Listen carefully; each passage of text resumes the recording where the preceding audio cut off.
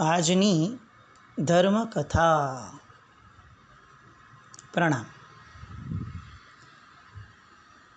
પરમાત્માનું શાસન બે યોગને લઈને ચાલે છે, ભક્તિ યોગ અને જ્ઞાન યોગ. સમય સમયે અવસરે એવા મહાપુરુષો થઈ જાય છે કે જે લોકો આ બંને યોગની જ્યોતિને જ્વલંત રાખવા માટે પોતાના જીવનની અંદર અથાગ પરિશ્રમ કરે અને અનેક લોકો સુધી આ યોગને બહુ સુંદર અને વ્યવસ્થિત રીતે પહોંચાડવાનો પ્રયત્ન કરે. આજથી આપણે એક એવા મહાપુરુષનું ચરિત્ર શરૂ કરીએ છીએ કે જે મહાપુરુષ આ બેમાંનો એક યોગ એ પોતાના જીવનની અંદર એવી રીતે જીવ્યા કે આપણને એવું લાગે કે કદાચ આમનાથી વધારે પ્રભુ ભક્તની ઉપમા આપવા માટે બીજા કયા વ્યક્તિનો આશરો લેવો, એવો ભક્તિયોગ જેમના જીવનમાં હતો. અને એ જ્યારે બોલે, એમની અંદરના વિચારો, એનો વિસ્ફોટ જ્યારે જગતની અંદર થાય, ત્યારે શ્રોતાઓને એવું લાગે કે આમનાથી સારો જ્ઞાન યોગ અશક્ય છે. એવા એક ઉત્તમ પુરુષ, એમના ચરિત્રના ગુણગાન, એમના ચરિત્રની સંસ્તવના કરવાનો પ્રયત્ન આપણે શરૂ કરીએ છીએ. એક 2.5 વર્ષનો બાળક.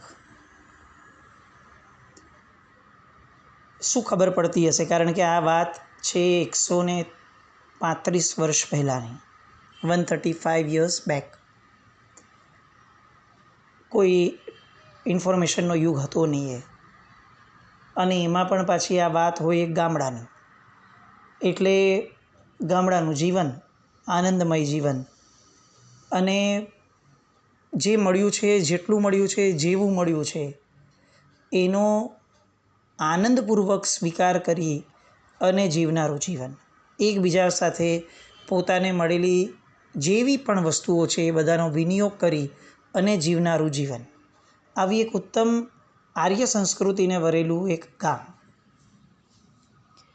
એ ગામની અંદર 2.5 વર્ષનો બાળક જે હતો, આ એમની વાત આપણે અત્યારે કરી રહ્યા છે. એમના ગામથી દૂર લગભગ 2.5-3 માઇલ જેટલું એક સરસ મજાનો તીર્થ આવ્યો છે,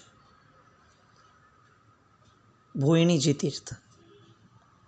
નામ સાંભળતા જ આપણને એવું લાગે કે એક આખું જગત છે. ભોયણીજી એટલે એક એવું વિશ્વ કે જ્યાં પોતાનું એક વિશ્વ છે, જ્યાંના મોરના ટહુકારો, જ્યાંની કુદરતની કળાઓ અને જ્યાંની નીરવ શાંતિ, આ બધું જ જાણે આપણને પ્રભુ તરફ સન્મુખ લઈ જવા માટે પુશ કરતી હોય એવી સરસ મજાની કુદરતી વ્યવસ્થા. અને જ્યાંના ભગવાન એટલે આપણને એવું લાગે કે કદાચ આખા વિશ્વની અંદર સૌથી સુંદર અને જેને જોઈને મોહી પડવાનું મન થાય એવી કામણગારી કાયા, એવી દેહ લલાટી જેમની છે, એવા ભોયણીના મલ્લીનાથ દાદા. એ મલ્લીનાથ દાદા એ આમના ગામથી 2.5-3 માઇલ જેટલા દૂર. વાહન વ્યવહાર લોકોમાં એ સમયે ઓછો. એ એવો જમાનો હતો કે જ્યારે લોકો ગાડીમાં કે ગાડામાં બેસે ને તો એવું મનાતું કે આ બીમાર લાગે છે, કારણ કે સશક્ત માણસો એ જેટલું ચાલે એટલા સશક્ત રહે. આ થિયરી જે આજે આપણને બહુ વર્ષો પછી આપણી જ થિયરી આપણને અલગ રીતે પટ્ટી પડાવવામાં આવી છે, એ ગામડાઓમાં સહેજે સહજપણે જીવંત હતી. અને એટલે ચાલીને જવાનું છેક 2.5-3 માઇલ સુધી.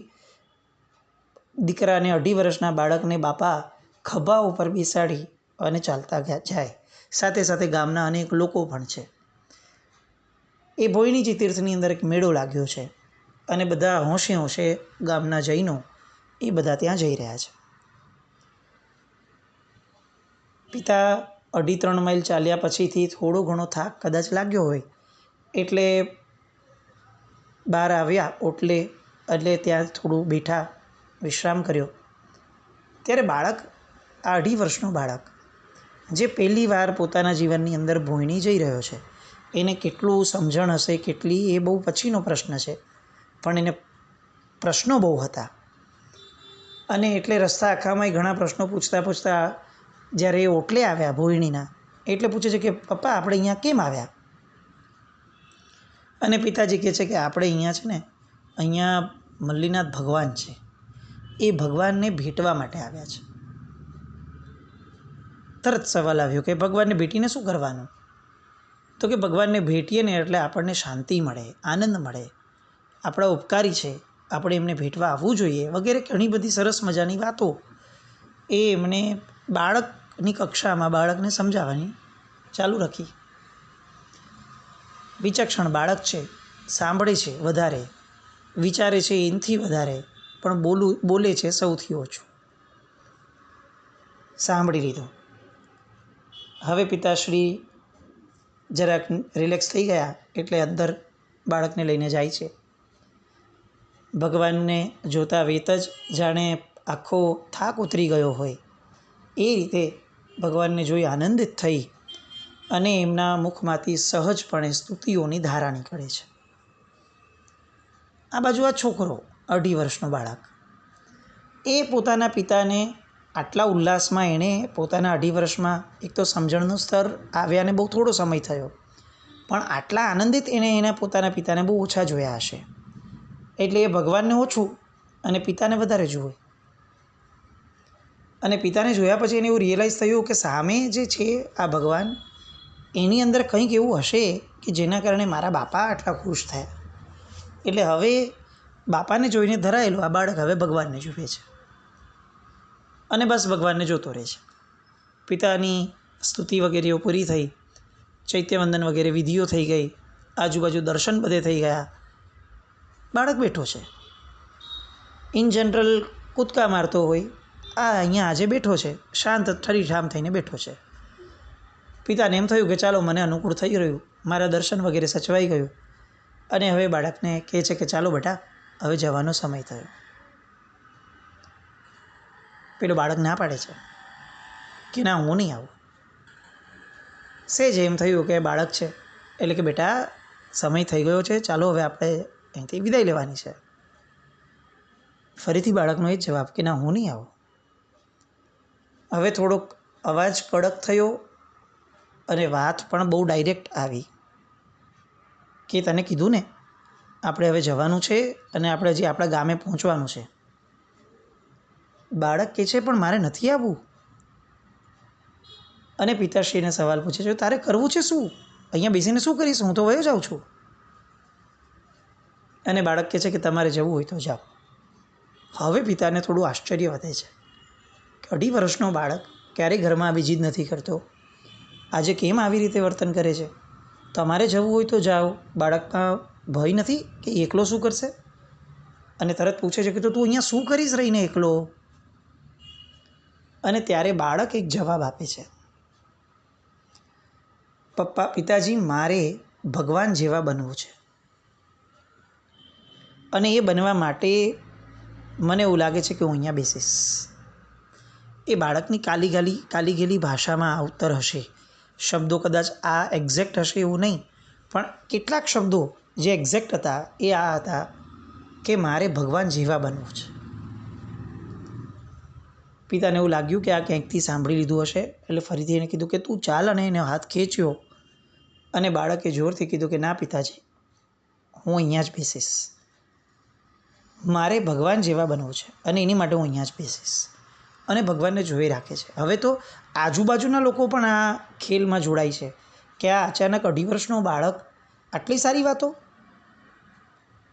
પિતા પાછા બેસે છે બાજુમાં, સમજાવે છે કે આપણે સરસ ભક્તિ કરી, હવે આપણા ગામના દેરાસરમાં ભક્તિ કરશું, આપણે ત્યાં જઈએ, ઘરમાં આપણી બધા રાહ જોતા હશે.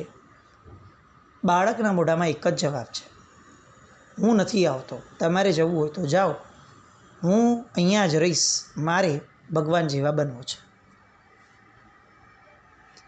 છેવટે પિતાજીને એવું લાગ્યું કે આ જોર જબરદસ્તીથી કામ નહીં પતે, એટલે પોતે બાળકની બાજુમાં બેઠા અને ફરીથી સ્તુતિઓ શરૂ કરી. બાળકને બહુ આનંદ આવે છે અને સ્તુતિઓ પૂરી થઈ પછી કીધું કે હવે એટલે તું કંઈક બોલ.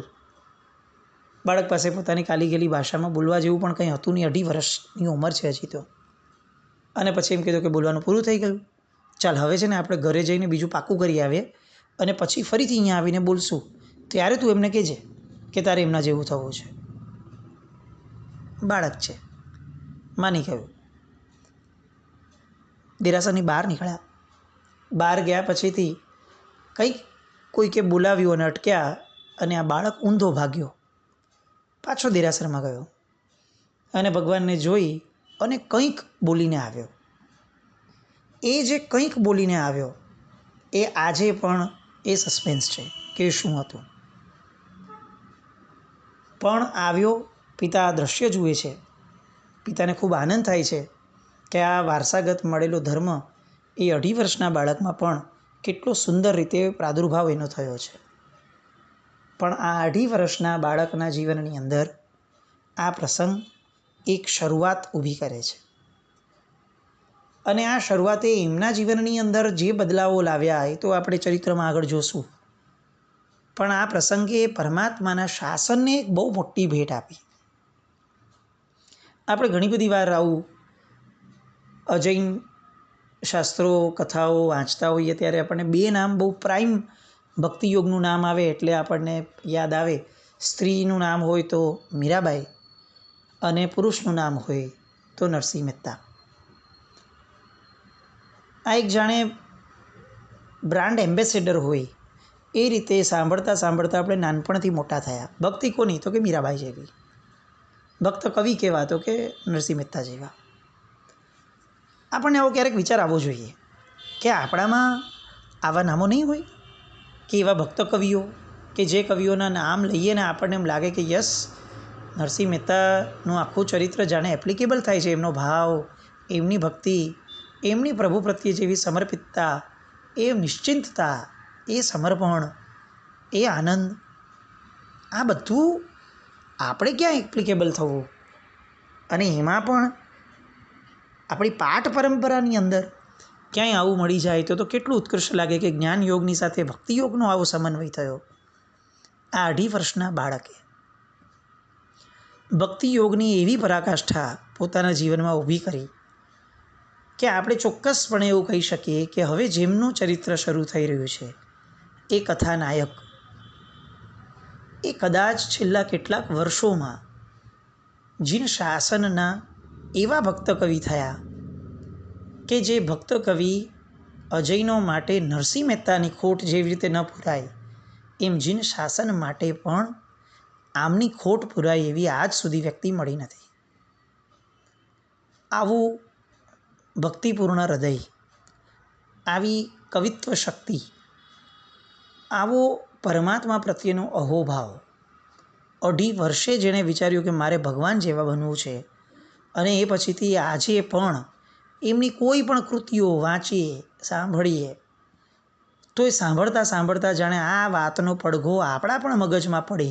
રચના ગમે તે વિષયની કેમ ન હોય પણ આપણા સુધી એક વાત એમની દરેક કૃતિઓ પહોંચાડે, મારે ભગવાન જેવા બનવું છે. બસ આવી લય જેમનામાં હતી એવા એક ઉત્તમ પુરુષને આજથી આપણે પોંખવાના શરૂ કરીએ છીએ. મારે ભગવાન જેવા બનવું છે આવું સતત બોલનાર એ બાળક 2.5 વર્ષનો એ મોટો થયા પછીથી આ જીન શાસનની અંદર જેમના નામની આગળ એક એવું વિશેષણ મૂક્યું છે કે જે વિશેષણ બીજે ક્યાંય ક્યારેય સાંભળવા પણ જોવા નથી મળ્યું. એવા વિશિષ્ટ વિશેષણના ધારક, જેમની કવિત્વ શક્તિ માટે એવું કહી શકાય કે આ કવિત્વ શક્તિ એવી હતી કે જે ફક્ત પ્રાસ બેસાડવા માટે રચનાઓ નહોતા કરતા. જેમનો પ્રાસ ભગવાન સાથે ઓલરેડી બેસી ગયો હતો અને એટલા ઇન્સ્ટન્ટ શીઘ્ર કવિ હતા કે જેમના એક એક સ્તવનો, કૃતિઓ, રચનાઓ વાંચીએ અને આપણને એમ થાય કે આ આટલા નાના જીવનમાં આટલી બધી રચનાઓ કરી શક્યા. તો એનો અર્થ એ થયો કે અંદરમાં કેટલું રમતું હશે, કારણ કે કવિતાઓ જનરલી જેટલું વિચારીએ ને એમાંના બહુ માઇન્યુટ પર્સન્ટેજ એને કવિતામાં ઢાળી શકાય. આ એક કળા છે. તો જો કવિતાઓ આટલી બધી, કૃતિઓ આટલી બધી છે, તો વિચારો કેવા હશે?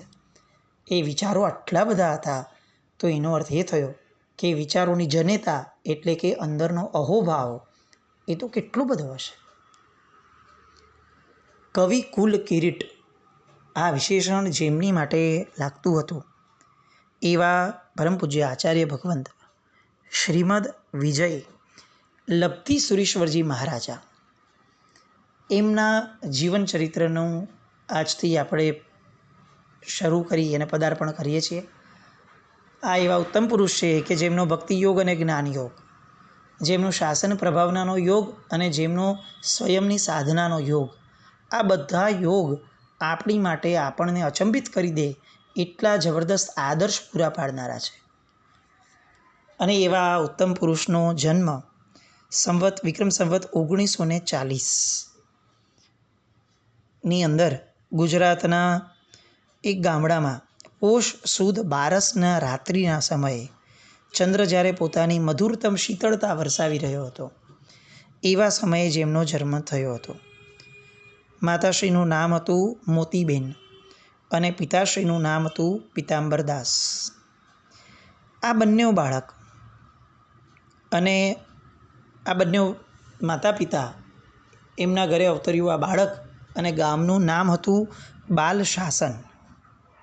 આ બાલશાસન ગામ ભોયણીથી 2.5 માઇલ જેટલું લાંબે આવેલું આ ગામ, એની અંદર આ યુગની અંદર થયેલા એક અકાટ્ય ભક્ત કવિ જેમને કહી શકાય કે જેમની તોલે આપણી પાસે અત્યારે કોઈ વિકલ્પ પણ નથી આવતો લાંબે સુધી, એવા આ ભક્ત કવિનો જન્મ થયો. પરમાત્માના ધર્મના રંગે આ પરિવાર પહેલેથી રંગાયેલો હતો. એટલે ગામમાં જ્યારે વાત ફેલાઈ કે પિતાંબર શેઠના ઘરે દીકરાનો જન્મ થયો છે, એટલે બધી જ આખી જ પ્રજા ભેગી થઈ. ગામડાનું કલ્ચર છે, ત્યાં કોઈ એક ઘરમાં ઉત્સવ ન હોય, ત્યાં આખા ગામમાં ઉત્સવ હોય. કારણ કે એ લોકો ઉત્સવ માટે જ જીવતા, આનંદ માટે જ જીવતા. આપણી જેમ આ વિચારધારા ન હતી કે પહેલાં બધું કમાઈ લઈએ, બધું કરી લઈએ અને પછી સુખ માણશું. ત્યાં તો રોકડું સુખ હતું. ત્યાં કોઈ લોનની કે ક્રેડિટની વાત જ નહીં, જે હોય બધું રોકડું.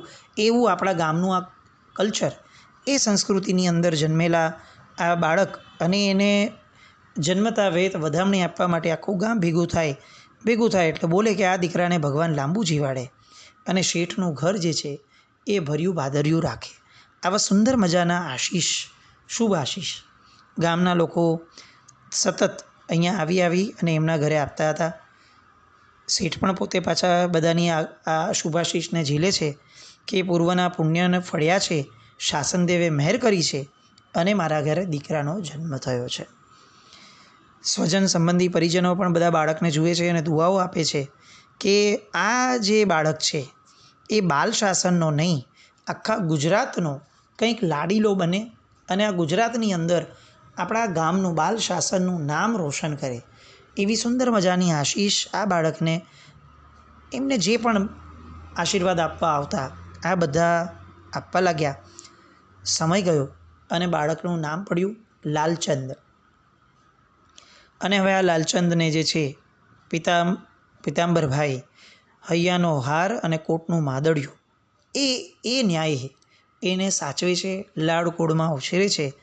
જરાક પણ રડે તો મા બાપ દુઃખી થઈ જાય. એમના ફૈબા કે જે એમના આખા ચરિત્રની અંદર સતત એમની હારે રહ્યા છે, એમના સુખમાં, એમના દુઃખમાં, એમના મુશ્કેલીના સમયમાં, એમના શુભ સમયમાં, એમની કસોટી કરવામાં, બધી રીતે એમને સહાય કરવામાં, બધી રીતે જે અગ્રીમ રહ્યા છે એ આ લાલચંદભાઈના ફૈબા. એ ફૈબા પણ અત્યંત લાડકોડપૂર્વક આ લાલચંદને સાચવે છે.